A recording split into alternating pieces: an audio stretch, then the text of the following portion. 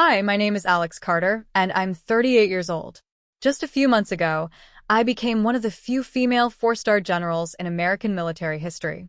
You'd think reaching the highest levels of military leadership would earn you certain basic respects, like being welcomed at your own brother's promotion ceremony.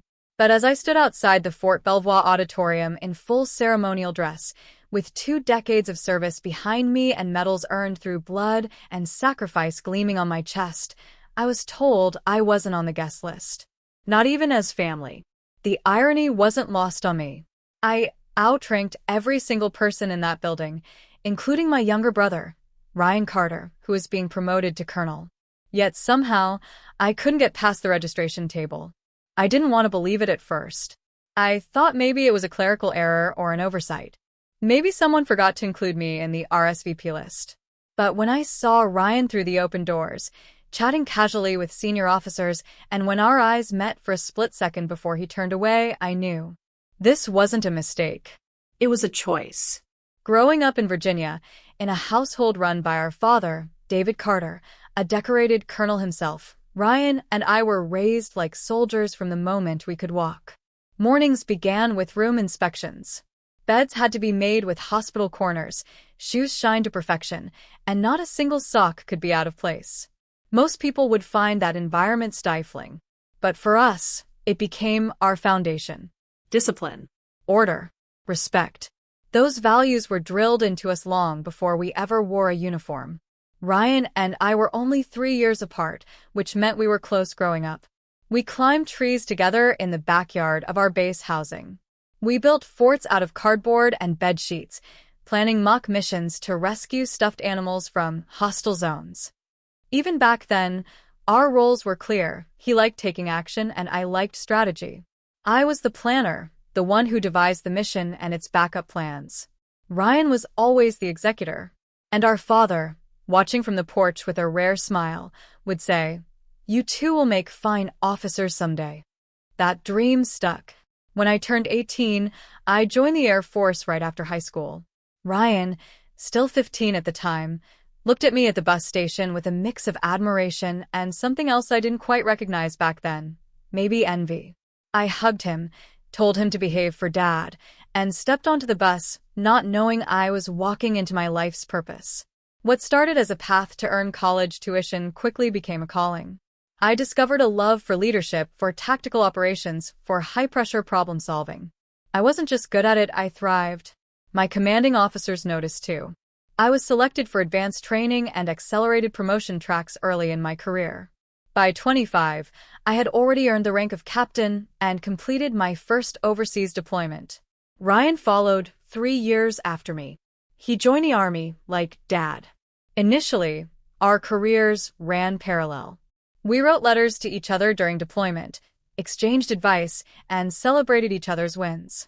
We were each other's emotional support system because no one else really understood what it meant to wear the uniform and carry the weight of command. But things began to shift when I was promoted to major at age 30. Ryan was still a captain, moving forward at a steady pace, but not quite on the same trajectory. When I visited him at Fort Bragg that year, I still remember the moment. We were sitting at a small restaurant on base, sharing beers. He raised his glass and said, "Congratulations, Major Carter." But his smile didn't quite reach his eyes. "You'll catch up soon," I said, brushing off the tension. "Sure," he replied with a shrug. "Seems like you've always been one step ahead."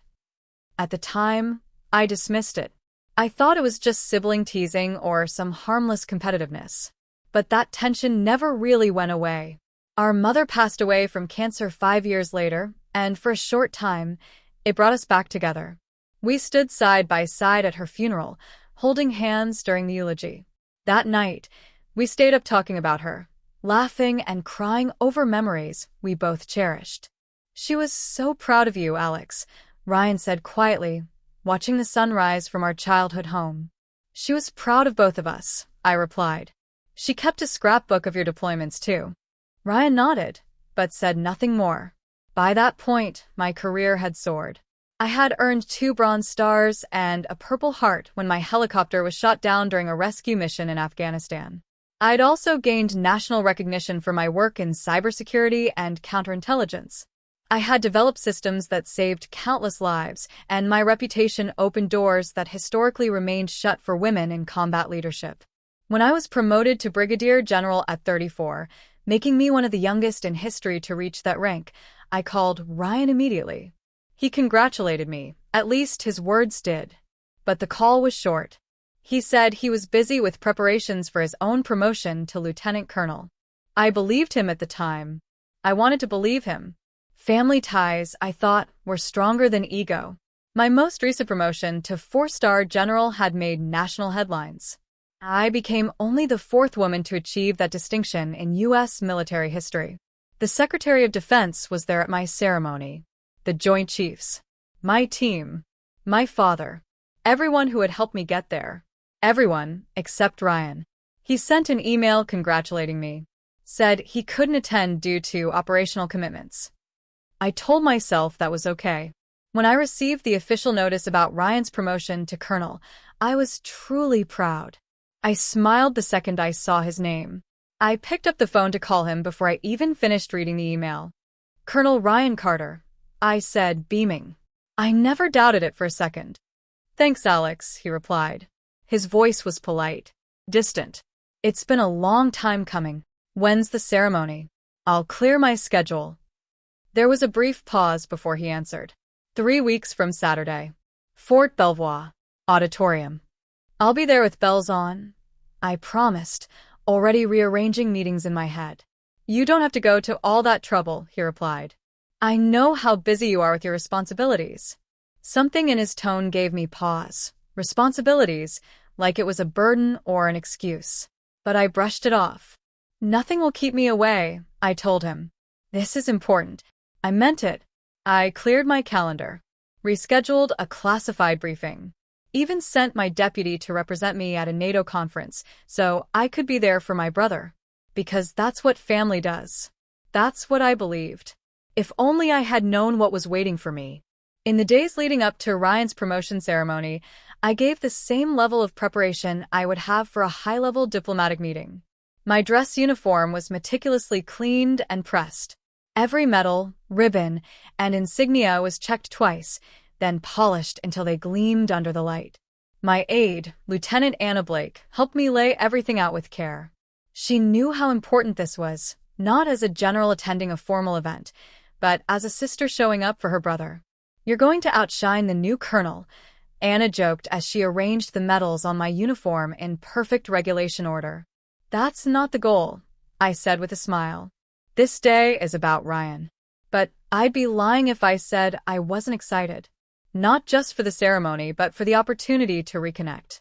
Ryan and I hadn't spoken in any real depth for a while, and this felt like a chance to bridge the gap. I even went shopping for a gift, a handcrafted shadow box with a personalized engraving. Colonel Ryan Carter, continuing the legacy of honor. It felt right. Personal. Meaningful. A tribute to both his achievement and the journey we shared as siblings raised in uniform. The night before I was scheduled to leave, my father called. David Carter, now 72, had retired years ago but remained as sharp as ever.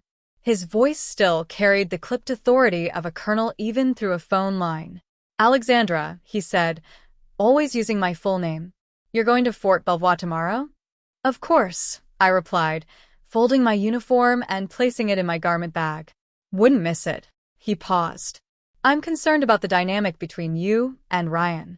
Something's changed since your last promotion. He's different.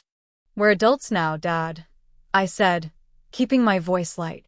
Whatever rivalry we had, it's long behind us. I hope you're right, he said, clearly not convinced. But prepare yourself. Just in case. I appreciated his honesty, but I believed in family. I believed in Ryan. That night, as I sat on my balcony in Arlington, looking out over the quiet city, I felt a sense of peace. We had come so far, from pretending to be soldiers in the backyard to real officers serving our country. Tomorrow would be a reunion, a celebration. A full-circle moment. The next morning, the weather was perfect. Blue skies. A crisp spring breeze. I dressed with precision, each piece of my uniform a symbol of a long journey carved from discipline and sacrifice. As I placed my 4-star shoulder boards onto my jacket, they caught the morning light, almost glowing. I checked my reflection one last time and headed out. The drive to Fort Belvoir took less than an hour. I arrived early, parked in the visitors section, and immediately noticed the decorations. American flags, military emblems, and security personnel flanking the main entrance. Everything screamed official. Several officers recognized me as I stepped out of my vehicle, saluting with sharp respect. "Good morning, General Carter." One young lieutenant greeted me. "Good morning," I replied warmly. "Are you part of the ceremony?" "Yes, ma'am. I serve under Colonel Carter in tactical operations." I smiled, proud in a way only an older sister can be. That's good to hear. He always had a talent for leading from the front. I made my way toward the registration table, the building buzzing with guests, officers, and family members in formal attire. A quartet played quietly in the corner. Everything looked perfect, until I gave my name. "Good morning," I said to the junior officers at the check-in station. "General Alex Carter. I'm here for Colonel Ryan Carter's promotion." Both officers straightened immediately. One, a young woman, began scrolling through her tablet. "I'm sorry, ma'am," she said slowly. "Your name's not appearing on any of the guest lists." I blinked. That must be a mistake. I'm his sister. She looked up with a nervous smile. "I'll double-check, ma'am."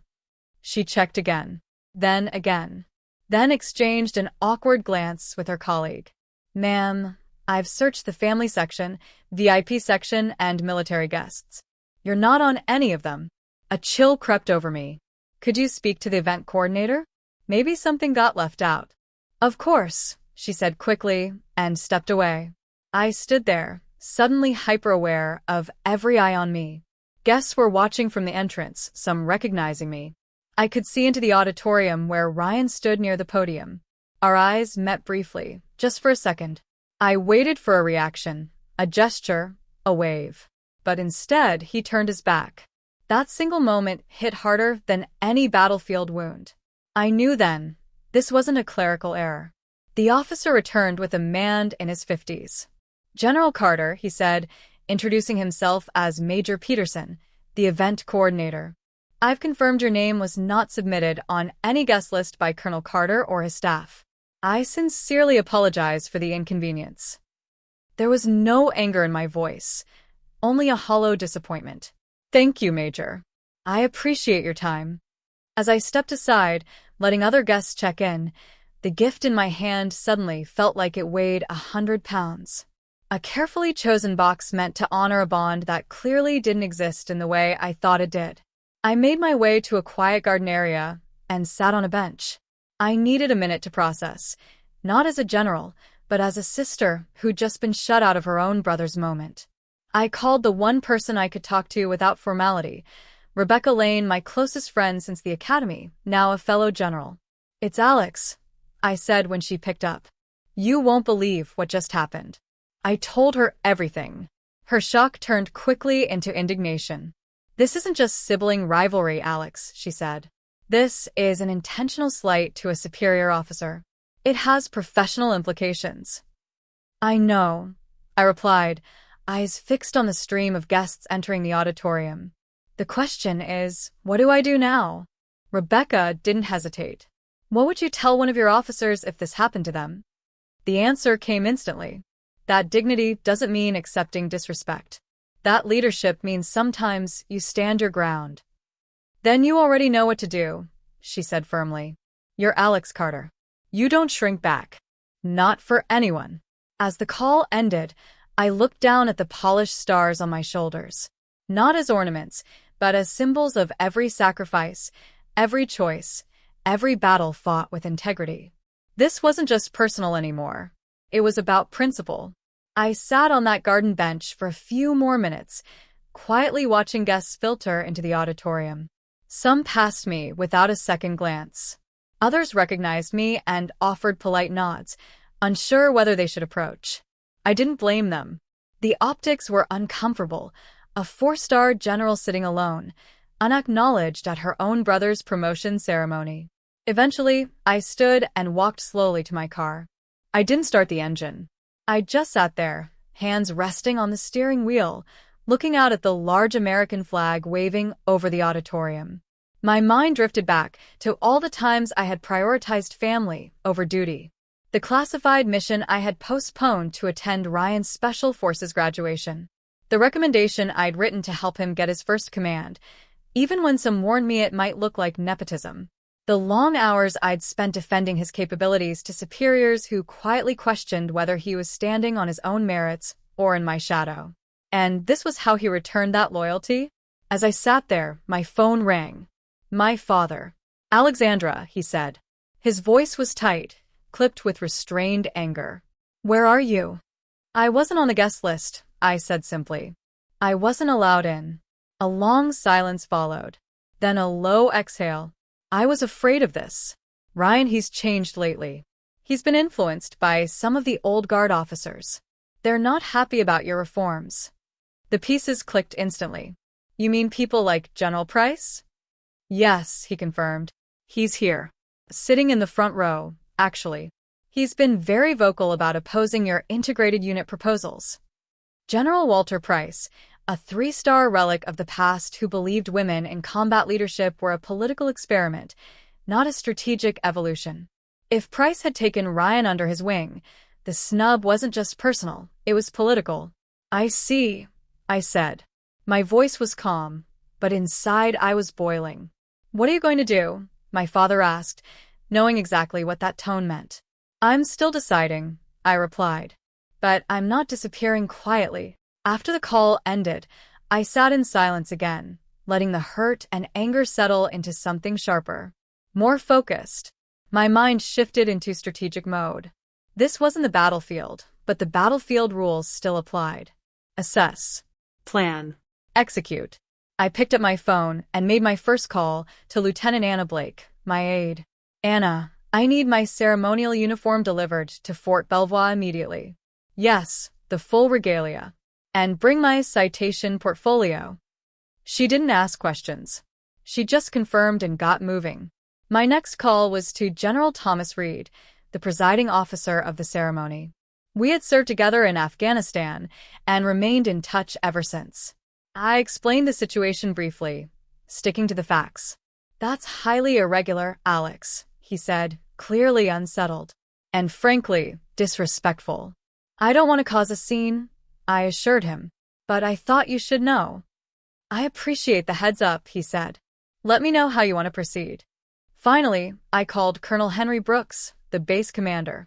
We were academy classmates, and he was a steady, principled leader. His reaction was immediate and supportive. "Absolutely unacceptable," he said.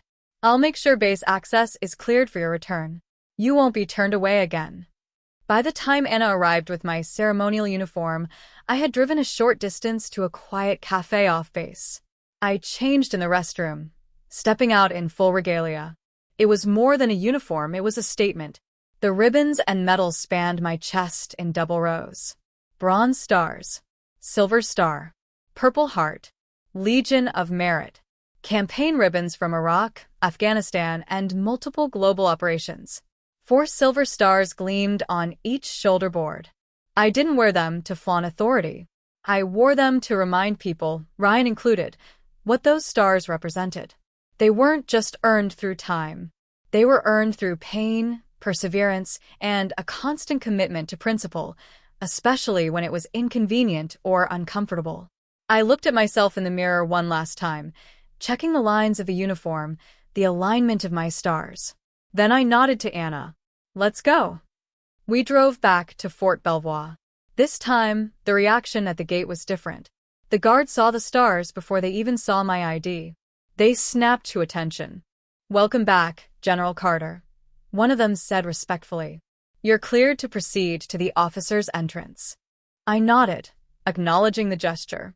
The base commander had clearly informed them. We parked near the west side of the auditorium, where a young corporal was waiting to escort me inside. Several junior officers stopped what they were doing to salute as I passed. This wasn't vanity, it was protocol.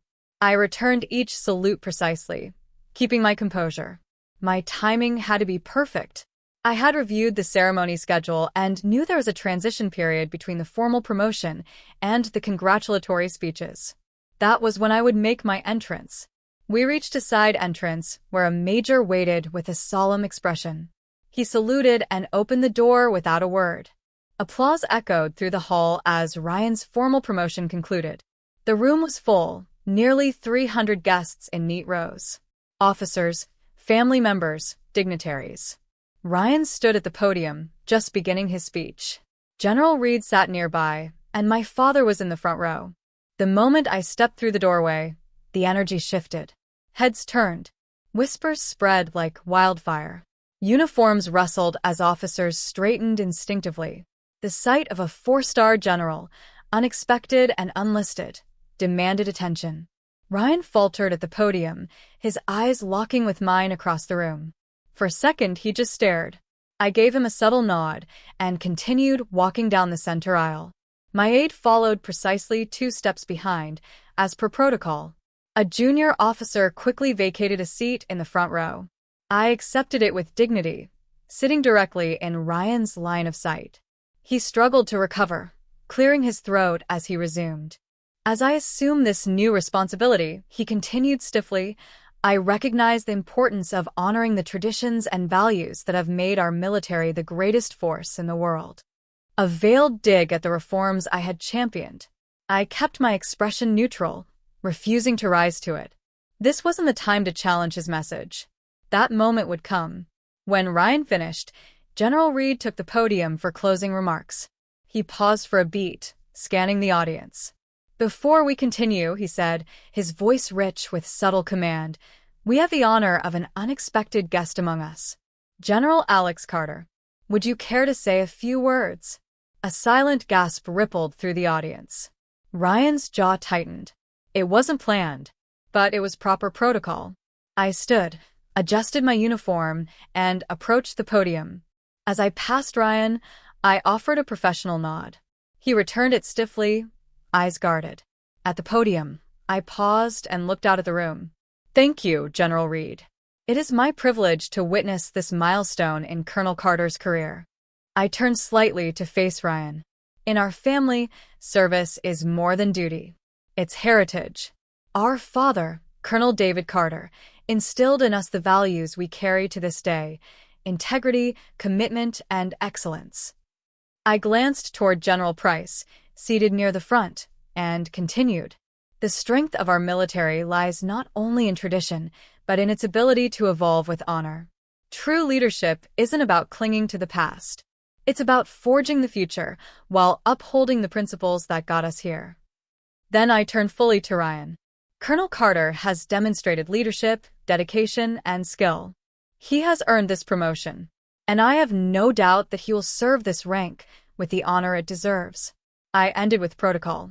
On behalf of the Joint Chiefs, I offer congratulations to Colonel Ryan Carter. May your continued service reflect the pride and excellence of this uniform we all wear. The applause was thunderous, not just out of courtesy, but because something deeper had been acknowledged. I returned to my seat with measured calm. The ceremony concluded shortly afterward. Guests began to rise and prepare for the reception. Officers and family members started to approach me, those who had kept their distance earlier now making efforts to greet me formally. Power dynamics had shifted, and I wasn't finished yet. The reception hall buzzed with conversation, laughter, and the clinking of champagne glasses. A string quartet played softly near the far wall. The formal ceremony had transitioned into a more relaxed setting, but tension still clung to the air like static. I became the unexpected center of gravity. Officers and guests who had once avoided my gaze now gravitated toward me, eager to make conversation, offer congratulations, or quietly align themselves with someone who clearly still held significant sway. I responded to each interaction with professionalism, warmth, and composure. My presence alone had altered the landscape, and I knew it. This wasn't about ego. This was about presence, about the reminder that rank and responsibility don't vanish because someone wants them to. A young lieutenant colonel approached me, his eyes bright. General Carter, I just wanted to say your cybersecurity framework has completely reshaped how we operate in Europe. It's been a game changer. Thank you, I said with a nod. It's rewarding to know the work is making an impact on the ground. These conversations continued, short, respectful, deliberate. And all the while, I watched Ryan from across the room. He moved between clusters of guests, smiling and shaking hands, but his body language betrayed him. His posture was stiff, his eyes avoiding mine, his steps deliberately calculated to keep distance between us. My father eventually approached, holding a glass of champagne. His expression was a blend of pride, frustration, and weariness. "This has gone on long enough," he said in a low voice. "You two need to talk. Privately. Before this becomes the stuff of base gossip for months." "I agree," I said, glancing toward Ryan. "He won't initiate it," Dad added, cutting to the truth. "He's still surrounded by people who don't want that conversation to happen. But I'll make sure he gets to a place where it can." He gestured discreetly toward a hallway off the side of the reception hall. "There's a small conference room down there. Give me 5 minutes." I nodded. "I'll be there." A few moments later, I stepped into the quiet space. It was a modest room, likely used for pre-ceremony briefings. A long table, a few chairs, and harsh fluorescent lighting. I removed my service cap and set it on the table, then walked to the window, taking a deep breath as I waited. True to his word, my father delivered Ryan minutes later. The door closed behind him, leaving us alone for the first time in what felt like years. We faced each other in silence at first, two Carter siblings, both in full dress uniforms, medals glinting in the harsh light. So much history between us. So much unspoken. "Congratulations on your promotion," I said finally. "It's well-deserved." Ryan stayed near the door. "Is it?" he asked. "Or did I get it because I'm General Carter's brother?" I blinked. The bitterness in his voice was sharp, raw. I hadn't expected it to be this direct. "Your record speaks for itself," I replied calmly. "I've never used my position to influence your career." "You didn't have to," he snapped. "Everywhere I go, every assignment, every new post. Oh, that's General Carter's brother. I'm never just Ryan. Never just Colonel Carter on my own." I felt the old ache of misunderstanding rise again. "And that justified excluding me from your ceremony? Having me turned away at the door like a stranger?" He started pacing, his boots echoing against the floor. "You don't understand what it's like, Alex. Living in your shadow. You're a 4-star general. You're making national news, rewriting military policy, breaking barriers. I'm still trying to get noticed. This isn't a competition, Ryan," I said softly. "It never was." He stopped pacing. "Easy for you to say, from the top." There it was. The core of it. The envy. The resentment. The years of feeling second best. I understood it now, even if it hurt. "Do you know what General Price told me?" Ryan asked, voice tight. "He said your reforms are weakening the military. That your promotions are about politics, not merit." I stared at him, stunned not by the words, but that he had internalized them. "And you believe that?" I asked. "I don't know what to believe anymore," he admitted. "But, for once, I wanted a day that was mine. A day that wasn't about you." I took a long breath before responding. "Let me ask you something. If it had been any other 4-star general turned away at the door, not your sister, just any general, would that have been appropriate?" He didn't answer. He didn't need to. The question was its own verdict. "This wasn't just about family dynamics, Ryan," I continued. "This was about military protocol, about respect. And when you allowed Price and his people to influence you, when you let them manipulate this moment, you didn't just disrespect me. You disrespected the values we were both raised with." He lowered his gaze, his shoulders sagging slightly under the weight of what he'd done. "You've never asked for special treatment," he said quietly. "You've only ever asked for equal footing. And I let other people convince me that your success somehow undermined mine." The words weren't an apology, but they were the first step toward understanding. There was a knock at the door. A young lieutenant peeked in, looking apologetic. "Excuse me, General. Colonel. General Reed is requesting both of you for the official photographs." "We'll be right there," I said, keeping my voice steady. As the door closed again, I looked at Ryan. This conversation isn't finished. I know, he said. We walked back to the reception side by side. 2 officers, 2 siblings, both carrying the weight of a shared history that had just been cracked open. The official photos were taken with all the expected ceremony. Smiles were captured, handshakes exchanged, and flashes went off in rapid succession. Ryan and I stood side by side in some shots, as was protocol, though the space between us was a little too deliberate to ignore. General Thomas Reed stood between us for the formal shots, while other senior officers filled out the rows behind. It was stiff, professional, and, at least for now, polite. What struck me most was the subtle shift in the room's atmosphere. The power dynamic had changed the moment I walked in wearing full ceremonial uniform. Before, Ryan had been the center of the celebration. Now, guests seemed cautious, reevaluating their positions. Officers who had once clustered around General Walter Price now casually drifted toward me, initiating conversation. Small gestures, but meaningful ones in the politically charged world of senior military leadership. As the photographs wrapped up, I moved toward the reception hall again. I wasn't hungry, but I understood the importance of being visible. This was no longer just about a family ceremony. It had become a test of leadership under fire, just not the kind that came with bullets or briefing rooms. Guests circulated with glasses of champagne, and conversations took on a more relaxed tone. But even as the music played and laughter floated through the room, I noticed the sideways glances.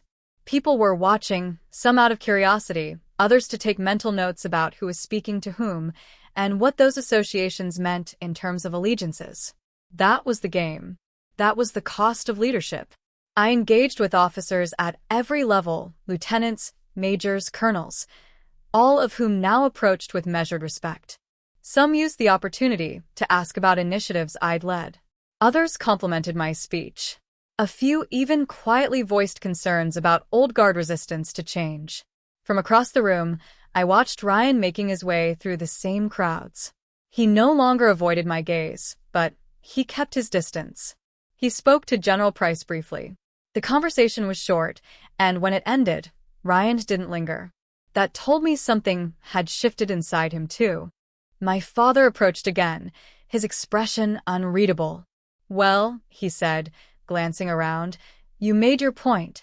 "That wasn't the goal," I replied. "But it had to be made." He nodded. "I agree. For the record." We stood in silence for a moment before he added, "He'll come around. He just needs space and a little humility." He had both today, I said, my tone cool but not bitter. As guests slowly began to leave, I exchanged parting words with several dignitaries and senior officers. General Reed clasped my hand with a knowing look. "That was well handled, General," he said in a low voice. "Professional, measured, and very, very clear." "Thank you, sir," I replied. "I hope it made a difference." "It did," he said with certainty. "More than you know." I offered a final handshake to Ryan before departing. It was short and professional, nothing more than a formality, but there was no coldness in it. Only the silence of a complicated bond. The drive home was quiet. I didn't play music. I didn't call anyone. I let the events of the day replay in my mind.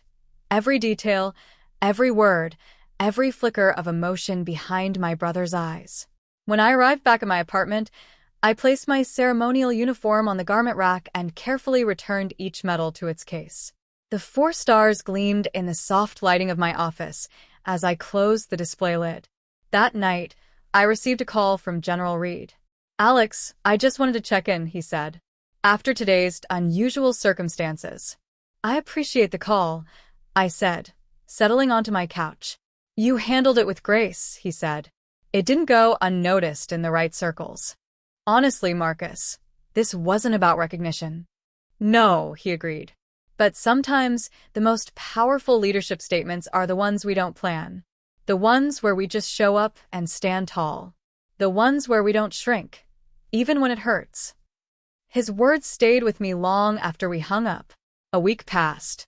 Then, too, I focused on my work, briefings, reviews, high-level strategy meetings at the Pentagon. I didn't reach out to Ryan, and he didn't reach out to me. The silence wasn't angry. It was just space. Until a courier arrived at my office carrying a sealed envelope. It bore Ryan's handwriting. Inside was a handwritten letter. Alexandra.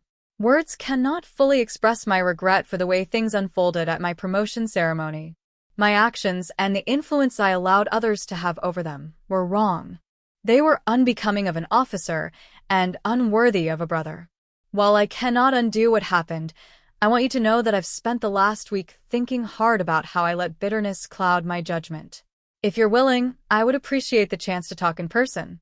No uniforms. No ceremony. Just as brother and sister. With respect and admiration, Ryan. I read the letter twice. Then I folded it carefully and placed it in my desk drawer. It wasn't an apology in the traditional sense, but it was a start. A door cracked open, and I was willing to see where it led. 3 days after I received Ryan's letter, I was invited to Sunday dinner at my father's home in Alexandria. The invitation wasn't unusual. Dad still liked to host when he could, claiming it kept him grounded after retirement. But the timing felt intentional, and I had a strong suspicion Ryan would be there too.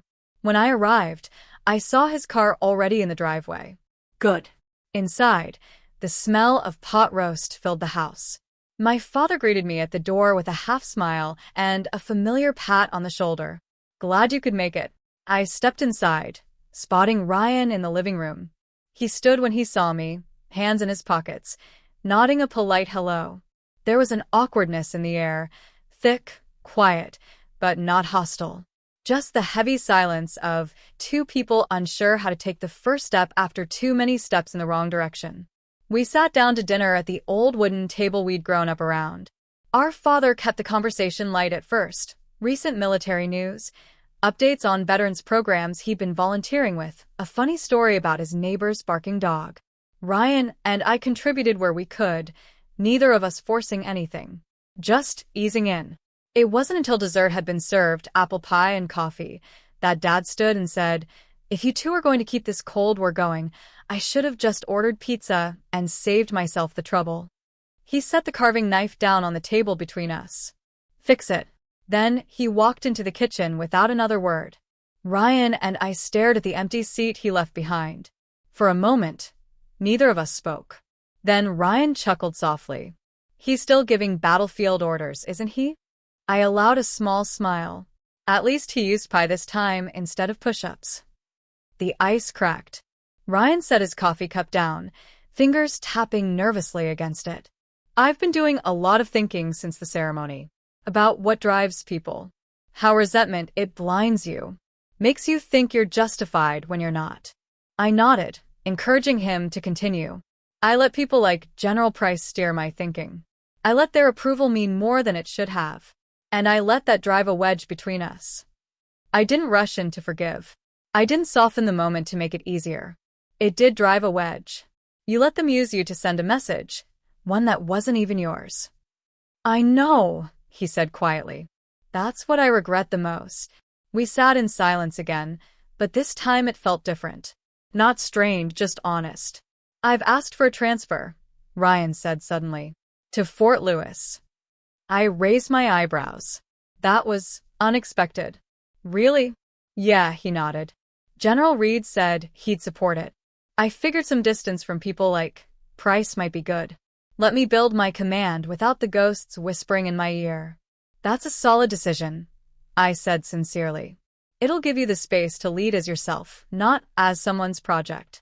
"That's the idea." Our father returned with refilled coffee mugs and a satisfied expression, as if he already knew we'd worked it out. The rest of the evening passed more comfortably. We reminisced about old base assignments, the time Ryan broke Dad's golf trophy pretending it was a sword, and how Mom used to leave notes in our deployment gear.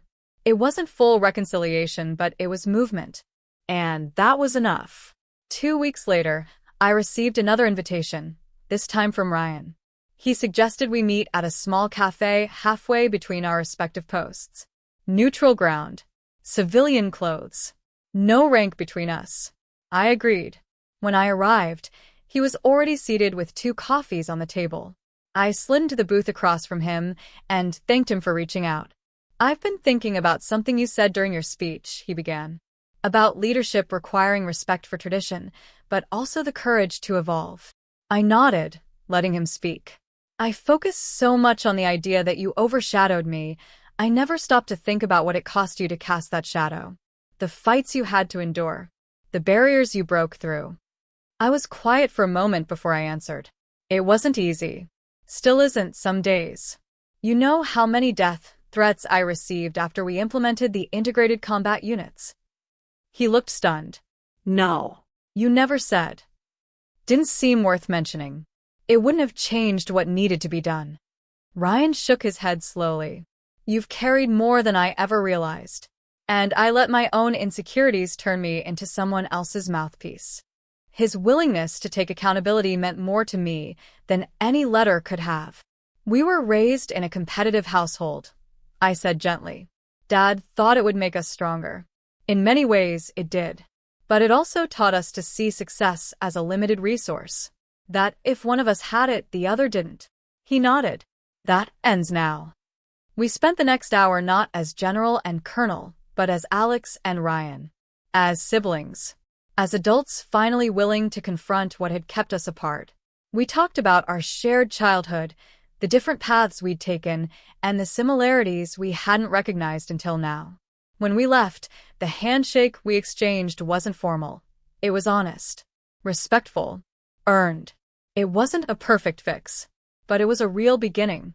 3 months later, both Ryan and I were invited to attend the retirement ceremony of General Thomas Reed. It was a large event, hosted at the Pentagon, with dozens of senior officers and department heads in attendance. The guest list included generals, admirals, ambassadors, and military leaders from across the services. It was also the first time Ryan and I would be seen together publicly since his promotion ceremony. As I stepped into the reception hall in full dress uniform, the familiar murmur of shifting attention followed. It no longer made me self-conscious. It came with the stars, with the responsibility, with the eyes that now watched not just for rank, but for how you carried it. Ryan arrived shortly after with his wife, Emily, on his arm. He wore his colonel's insignia cleanly and confidently. We made eye contact across the room and approached one another with composed smiles. The greeting we exchanged was simple, a warm handshake and a few words. But for the officers watching, it said everything that needed to be said. We weren't feuding anymore. We were aligned, professionally and personally. Later, when the speeches began, General Reed reflected on his decades of service. He spoke of leadership in times of war and peace, the changing face of the military, and the importance of guiding younger officers through uncertainty. I caught Ryan watching intently, taking in every word. General Walter Price was also in attendance. His presence was more subdued than usual. His power had been waning ever since a recent reorganization at the Pentagon had shifted his portfolio and placed more oversight over his faction's influence. The political tides had turned. The room's energy no longer centered around him.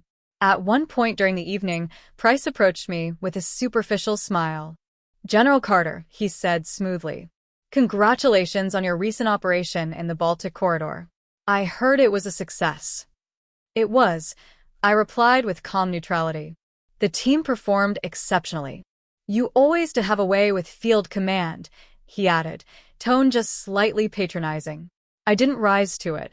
"Results speak louder than reputation, General." He gave a curt nod and drifted away. It was the first time I realized how much of his power had rested not on merit, but on perception. And now, with his allies thinning, even his smile felt hollow. After the event, Ryan and I spoke briefly again. This time, our conversation flowed more naturally. We even joked about how Dad would have critiqued the seating arrangements like a tactical operation. Ryan introduced me to a few officers from Fort Lewis, and I did the same with members of my cyber task force. The walls were down. Not gone, but thinner.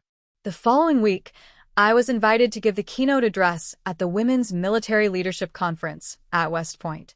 It was an honor I didn't take lightly. I stood before a packed auditorium of cadets, faculty, and visiting officers.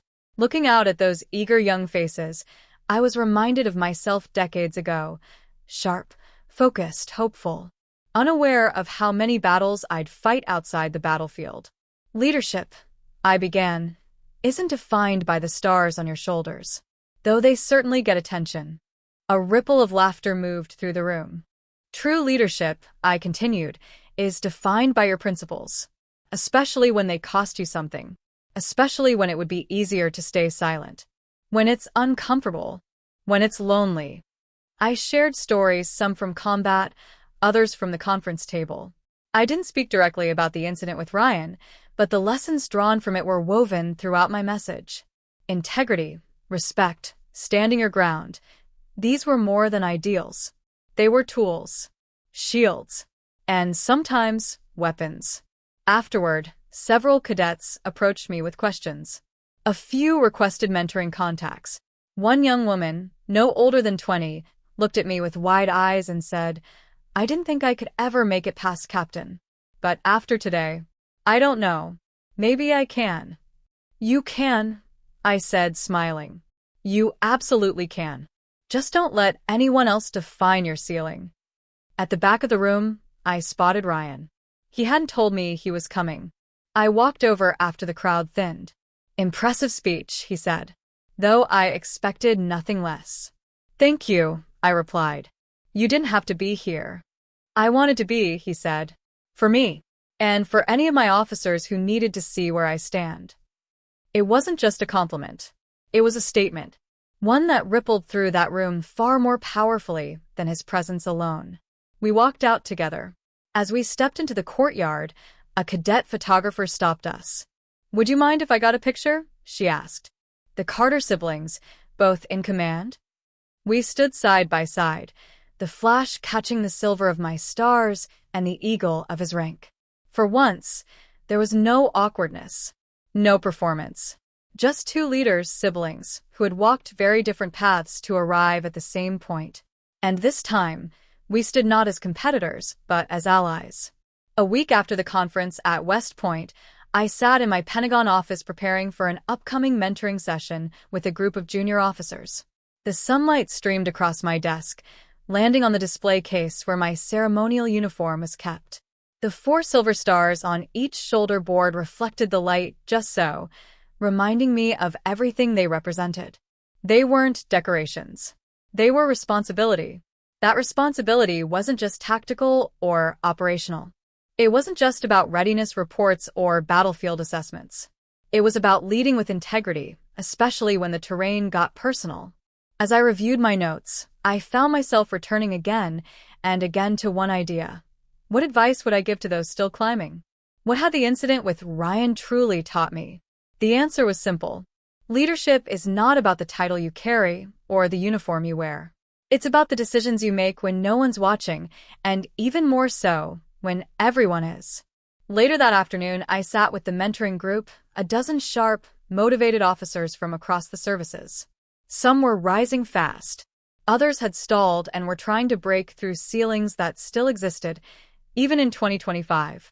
I shared stories, not just of operations and strategy, but of moments of silence, moments of resistance, moments when it would have been easier to shrink.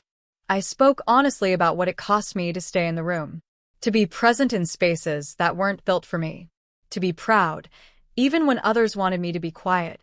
One young officer raised her hand and asked, "What do you do when people in your own unit, or even your own family, undermine your leadership?" I paused, then answered, "You don't meet their disrespect with noise or outrage. You meet it with excellence, with presence, with unwavering standards. You don't diminish yourself to meet them at their level. You invite them to rise to yours." That mentoring session was one of the most rewarding hours I'd spent in months. As I walked the halls of the Pentagon that evening, heading to my car, I received a call from Ryan. He had just landed in Seattle to begin his new post at Fort Lewis. "I just wanted to say thanks," he said, "for being patient, for calling me out when I needed it, and for not giving up on me." "We're family, Ryan," I said. "We fall apart. Then we find a way to hold the line again." He chuckled. "Still using combat terms for everything, huh?" I smiled. "It's how I'm wired." Before we hung up, he said, "Hey, if you ever make it out this way, there's a hiking trail near base with views you won't believe. I'll hold you to that." That call, simple and unplanned, was the kind of moment that meant more than medals. It meant we were okay. That night, I returned home, hung up my uniform, and sat on my balcony with a notebook in my lap. I didn't write a speech or a report. I wrote a message to myself.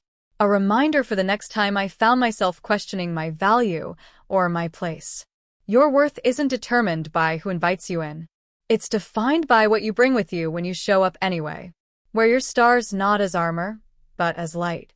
Let them reflect the truth of your path, not the shadows others cast. 3 weeks later, I was invited to speak at a global military leadership summit. As I stepped onto the stage, cameras flashing, I looked out at the audience, men and women from every continent, every branch, every rank.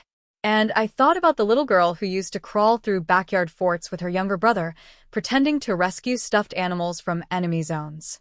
I thought about the woman who had walked alone into a ceremony she wasn't welcome at, not to protest, but to remind everyone who she was. A soldier, a sister, a leader. I raised my chin and spoke not from rank, but from truth. And when I finished, I didn't hear applause right away.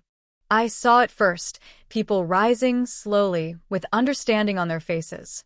And then they clapped, not because I had 4 stars on my shoulders, but because I'd proven I knew what it meant to carry them.